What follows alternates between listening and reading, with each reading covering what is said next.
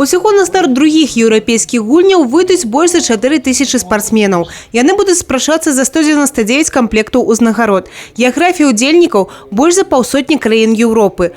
Падчас гульняў будуць разыгрывацца пуцёўкі на летнюю алімпіаду 2020 года ў Токіа. Бродская вобласць прадставіць 23 спартсмены ў 9 відах спорту.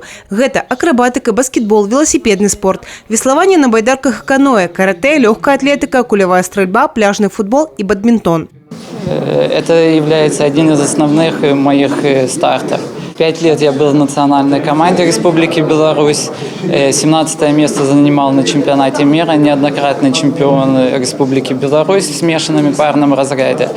На этих европейских играх планирую попасть в десятку сильнейших участников игр. Ну и также побороться за медали.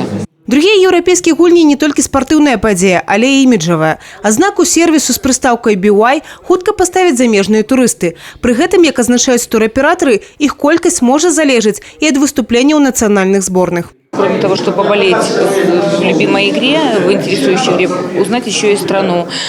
И въехать в Беларусь можно по билету на любое соревнование в течение 10 июня по 10 июля на любое количество дней по всей территории, не только в рамках нашей безвизовой зоны. Что касается туристической составляющей, информационной, здесь проделана тоже определенно достаточно серьезная работа. Ну, начинаем так, рекламная составляющая, она достаточно узнаваема и по трассе М1, и по нашим туристическим объектам, учреждениям, агроусадьбам, гостиницам. Все готовы, везде будет трансляция данных соревнований. В Бресте на стадионе Брестский, спорткомплексе Брестский, будет организована фан-зона.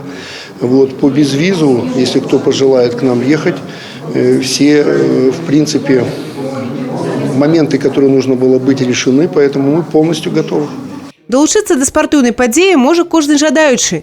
Можна хварэць за атлетаў на трыбунах, а можна прыйсці і на фан-зону. Адна з іх прапішацца на стадыёне Брэстскі. Тут будзе арганізавана трансляцыя спаборніцтваў. Евгения Мороз, Александр Сивицкий, телерадиокомпания «Брест».